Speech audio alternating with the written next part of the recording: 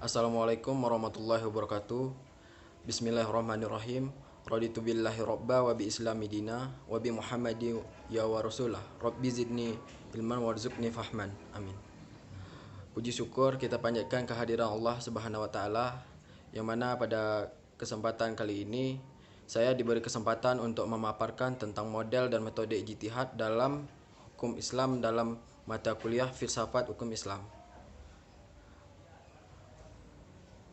Tak luput pula salawat beriring salam kita panjatkan kepada baginda Nabi besar Muhammad sallallahu alaihi wasallam.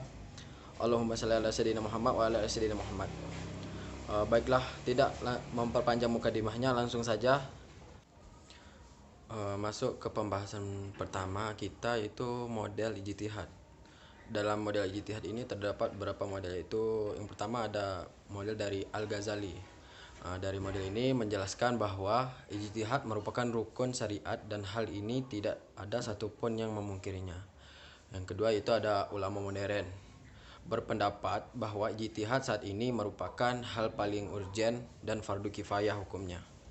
Sesuai dengan pendapat tersebut, menurut Al-Syuti, wajib hukumnya mujtahid pada setiap generasi, tidak boleh dalam satu generasi tidak ada seorang pun yang menjadi mujtahid. Oleh karena itu, apabila pada masa sekarang tidak ada satupun anak cucu Adam yang bisa menjadi mujtahid, maka semua manusia akan mendapatkan imbas dosa. Selanjutnya itu ada pemikiran dan metode ijtihad menurut para ahli. Yang pertama yaitu ada Kiai Haji Al-Yafi. Istilah ijtihad menurut Kiai Haji Al-Yafi yaitu upaya yang sungguh-sungguh untuk menegakkan suatu persangkaan atau zan yang didasarkan suatu petunjuk yang diberlakukan dalam hal yang bersangkutan. Selanjutnya itu ada pemikiran dan metode ijtihad menurut para ahli. Yang pertama itu ada Kiai Haji Al-Yafi. Menurut beliau, suatu ijtihad ini merupakan suatu upaya yang sungguh-sungguh untuk menegaskan suatu persangkaan atau zan yang didasarkan suatu petunjuk yang diberlakukan hal yang bersangkutan, yakni ijtihad tidak sama artinya dengan berpikir bebas. Dalam hal ini Kiai Haji Al-Yafi membagi metode yang digunakan dalam berijtihad. Yang pertama yaitu ada metode nasik dan mansuk. Dalam metode ini diperbedakan oleh para ulama. Mayoritas ulama berpendapat bahwa nas terdapat dalam Al-Quran, sementara sebagian ulama menyatakan tidak ada nas dalam Al-Quran. Di dalam Al-Quran, kata nas dalam berbagai bentuknya ditemukan sebanyak 4 kali, yaitu dalam surat Al-Baqarah dan surat Al-Araf, surat Al-Hajj dan surat Al-Jasiyah. Selanjutnya yaitu ada analisis fardu kifayah. Dalam hal ini sebagai suatu kewajiban keagamaan yang jika sudah dilaksanakan oleh sebagian orang, maka sebagian orang yang lain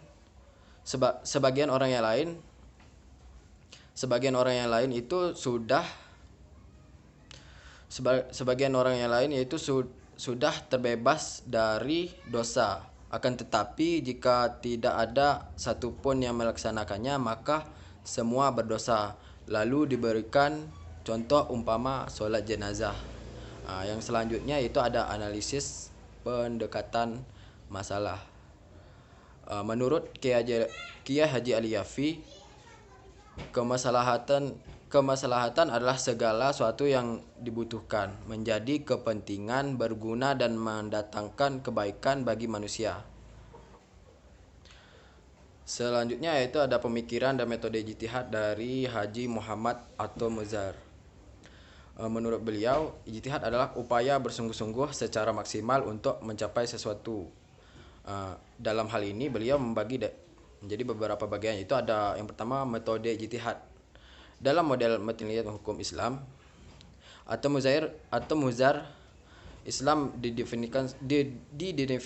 didefinisikan sebagai wahyu Allah yang diturunkan kepada Nabi Muhammad SAW untuk kebahagiaan dan keselamatan hidup umat manusia di dunia dan di akhirat. Selanjutnya itu ada analisis pendekatan sejarah.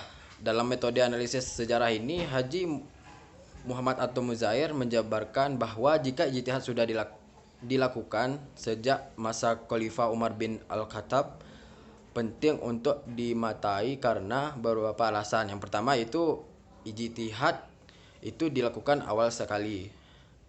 Yang kedua itu ada ijtihad yang dilakukan oleh Umar menyangkut bidang-bidang yang seolah-olah zani, melainkan qat'i atau sudah pasti ketetapan hukumnya. Demikian penjelasan dari model dan metode ijtihad dalam mata kuliah filsafat hukum Islam. Apabila terdapat kesalahan, saya selaku mahasiswa mohon maaf. Saya tutup dengan billahi fisabilil haq fastabiqul khairat. Assalamualaikum warahmatullahi wabarakatuh.